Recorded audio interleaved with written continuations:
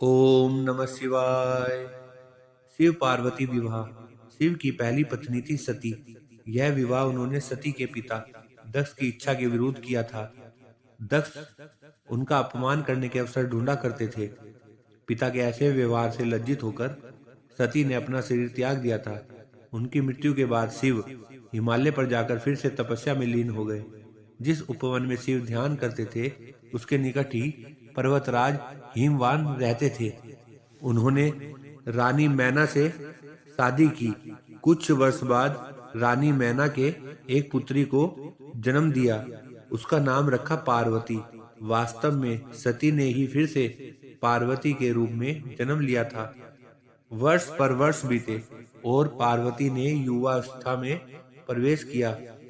एक दिन मैना देवी ने अपने पति से कहा, स्वामी, पार्वती अब विवाह योग्य हो गई है। अब हमें पार्वती के लिए योग्य वर खोजना चाहिए। हिमवान बोले, मैं जानता हूँ, परंतु कोई योग्य वर ध्यान में नहीं आता। मैं अपनी पुत्री का हाथ उसी के हाथ में दूंगा जो सब प्रकार से योग्य होगा। एक दिन नारद मुनि हिमवान के घर आए। जब उन्होंने पार्वती को देखा तो हिमवान से बोले, हिम, तुम्हारी पुत्री के भाग्य में तो भगवान शिव से विवाह करने का जोग है। नारद मुनि की बात सुनकर हिमवान सोचने लगे, शिव के पास मैं कैसे जाऊं? उन्होंने अस्वीकार कर दिया तो सती की मृत्यु के बाद उन्होंने किसी स्त्री का मुख तक नहीं देखा। परंतु मुझे वर खोजने की आवश्यकता नहीं। नारद मुनि की भविष्यवाणी असत्य नहीं होगी। मैं धीरज पूर्वक प्रतीक्षा करूंगा। परंतु एक दिन हिमवान का धीरज टूट गया। उसे एक विचार सूझा। वह मैना से बोला, मैं पार्वती को शिव की सेवा करने भेजता हूँ। वे उसके रूप और गुण के प्रति आकर्षित जरूर होंगे। मैना बोली, विचार तो बहुत उत्तम है।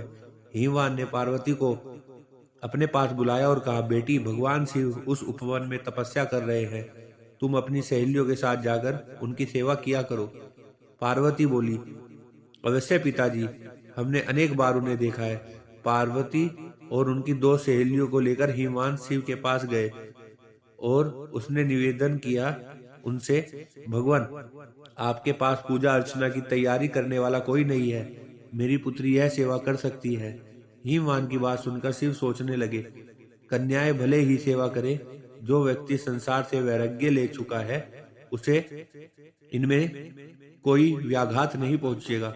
यह सोचकर वे हिमवान से बोले, तुम्हारे इस प्रस्ताव के लिए मैं तुम्हारा आभारी हूँ। कन्याएं मेरी इच्छा पूर्वक सेवा कर सकती हैं। शिव का प्रस्ताव सुनकर हिमवान बहुत प्रसन्न हुए और कन्याओं को वहां छोड़कर चले आए। पार्वती शिव की सेवा करने लगी। वह उपासना के लिए कुश तृण चुनती थी और गर्मी बढ़ने पर शिव पर पंखा झलती थी। इस प्रकार पार्वती हृदय से शिव से प्रेम करने लगी। इस बीच आपत्तिग्रस्त देवता इंद्र के साथ ब्रह्मा जी के पास आकर बोले, भगवान, असुर तारक के अत्याचारों से हमारी रक्षा करें। उसने स्वर्ग पर अधिकार कर लिया है और लोगों में हाहाकार मचा हुआ है। उसे प्रसन्न करने के लिए हमने उसे उपहार भी भेजे, परंतु हम जितना ही उसे प्रसन्न करने के प्रयत्न करते हैं उतनी ही उसकी दुष्टता बढ़ती जाती है। हमारी आपसे प्रार्थना है कि हमें कोई ऐसा नेता प्रदान कीजिए जो हमें उसके अत्याचारों से त्राण दिलाए। ब्रह्मा जी असहाय होकर बोले, प्रिय पुत्रों, मैं चाहते हुए भी तुम्हारी सहायता नहीं कर सकता।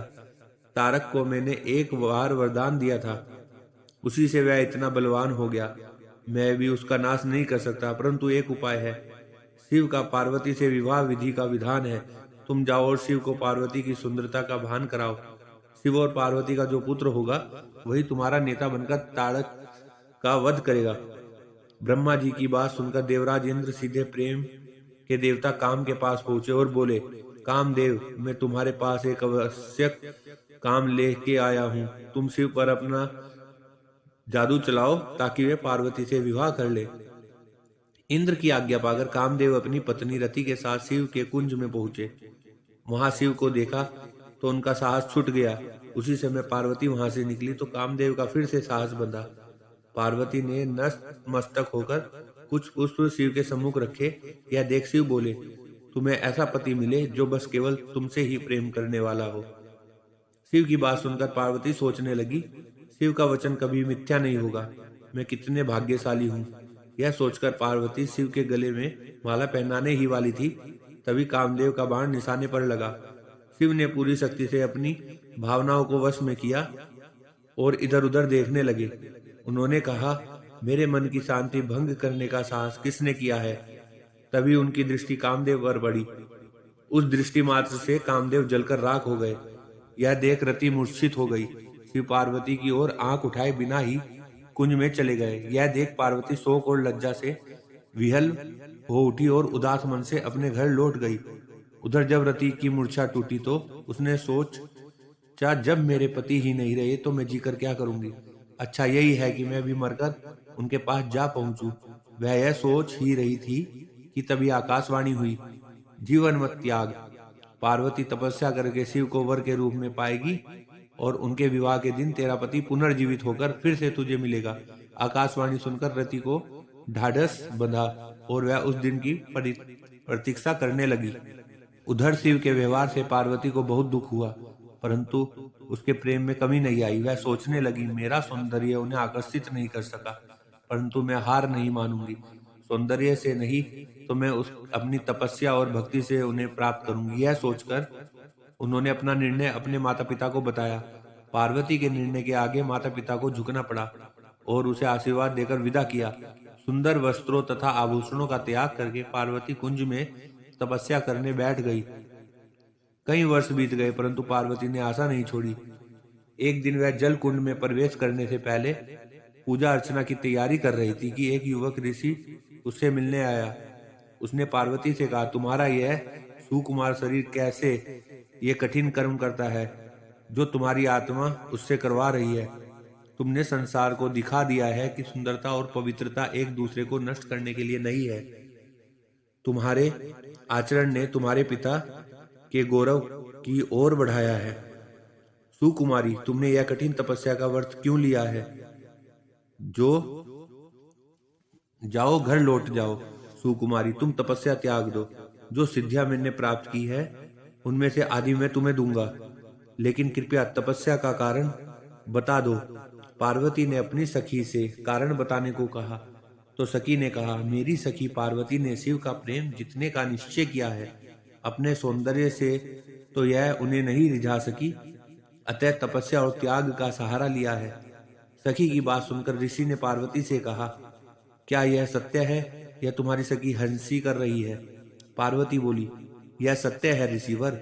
मैं शिव की पूजा करती हूँ। मुझे विश्वास है कि तपस्या और भक्ति से एक दिन में उनका प्रेम प्राप्त करने में सफल हो जाऊंगी। ऋषि ने कहा, ओहो, तो ये बात है। मैं शिव को जानता हूँ। वह तो अपने सारे सिर पर भस्म लगाता है और सारे शरीर पर भस्म लगाता है। नाग उससे लिपटे रहते हैं, चर्म धारण करता है। तुम्हारी जैसी सुंदर युवती कैसे उसकी पत्नी हो सकती है? वह निर्धन है, ओघड़ है। यह सारा संसार जानता है वो तुम्हारे योग्य नहीं है। उसका विचार त्याग दो और कोई दूसरा व्यक्ति चुन लो। ऋषि की बातें सुनकर पार्वती क्रोधित होकर बोली, चुप रहो। महान आत्मा को महान आत्मा ही पहचान सकती है। नीच प्राणी ऊंच विचारों को नहीं समझ सकता। तुम्हारा वचन तुम्हारी दुर्भावनाओं का सूचक है। शिव दिखावे से न प्रभावित होते हैं, न किसी को प्रभावित करते हैं। वे ओघड़ हैं, निर्धन हैं, चर्म धारण करते हैं, उनके शरीर से सर्प लिपटे रहते हैं। तो क्या हुआ? वे मेरे मनोनीत देवता है। उनमें चाहे दुर्बलताएं अधिक हो या गुण कम, फिर भी उन्हें चाहती हूँ। पार्वती की सहेलियां यह सुनकर चकित रह गई। पार्वती उनसे बोली, प्रिय सखी, इनसे कहो कि चले जाए। क्यों इन्होंने अपने हृदय को ऐसे विचारों से कलुषित कर रखा है? बुरी बात कहना पाप है, तुरंत उसे सुनना और भी बड़ा पाप है। चलो हम चले। क्रोध से भरकर पार्वती जो ही चलने को हुई, ऋषि ने जल्दी से आगे बढ़कर उनका मार्ग रोक लिया। पार्वती आश्चर्य से किंकर्त विमूढ़ हो गई। वह ऋषि और कोई नहीं, स्वयं भगवान शिव थे। वे पार्वती से बोले, सुकुमारी, तुम्हारी तपस्या और भक्ति ने मुझे जीत लिया है। मैं तुम्हारे सामने विनत हूँ, तुम्हारा दास हूँ। किंतु कर्तव्य प्रायण पार्वती शिव को छोड़ अपनी सखी के पास जाकर बोली, सखी, इनसे कहो कि मेरे पिताजी से विवाह का प्रस्ताव करना होगा। सखी के यह कह देने पर पार्वती शिव के पास आई।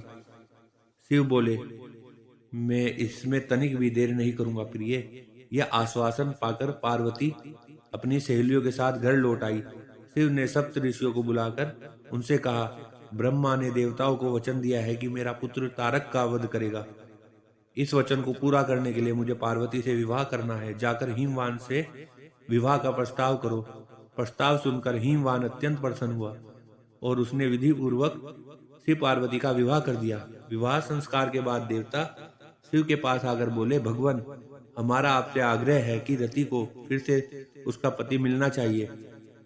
अपनी प्रिय वधु का ध्यान करके प्रेम के देवता कामदेव तथा उनकी शोकाकुल पत्नी पर कृपा कीजिए। अवश्य, अब तो मैं भी उसी कामदेव का दास हूँ। कई वर्ष बीत गए। शिव अपनी पत्नी के प्रेम में डूबे हुए थे। तब इंद्र ने अग्नि को शिव के पास भेजा। अग्निदेव शिव के पास गए और उनसे विनती की, भगवान, मैं आपको देवताओं की आवश्यकता का स्मरण कराने आया हूँ। शिव ने अग्निदेव के हाथ में एक बीज रखा और बोले, इस बीज के पकने पर एक बालक का जन्म होगा, वही तुम्हारा सेनापति होगा। अग्निदेव बीज लेकर वहां से चले गए, परंतु वह बीज इतना गर्म था कि उसे पकड़ने रहना कठिन था। इंद्र के पास पहुंचते पहुंचते अग्निदेव का शरीर पीड़ा से पीला पड़ गया। वह इंद्र से बोले, बीज मेरे पास है, परंतु उसे संभालना असंभव है।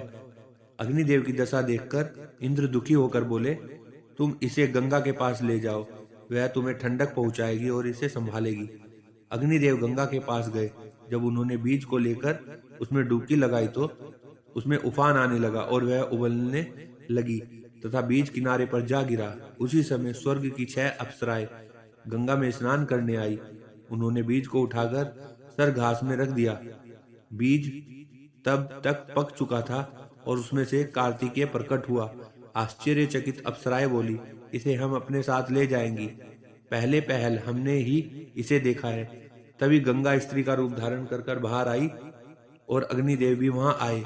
गंगा बोली, इसे मैं ले जाऊंगी, मैंने इसे जन्म दिया है।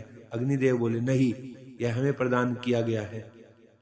उसी समय शिव तथा पार्वती वहां आए। शिव ने विवाह का निर्णय करते हुए कहा, जो बालक देवताओं का नेतृत्व करने वाला है, उसका पालन पोषण पार्वती ही कर सकती है। पार्वती ने प्रेम से बालक को उठाकर छाती से लगा लिया। फिर वे कैलाश पर्वत को लौट आए। समय बीतने के साथ कार्तिकेय बड़ा हुआ। उसके नेतृत्व में देवताओं और तारक के बीच भीषण युद्ध हुआ।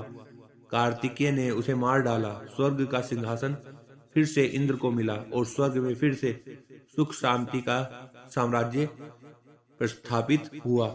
ओम नमः शिवाय।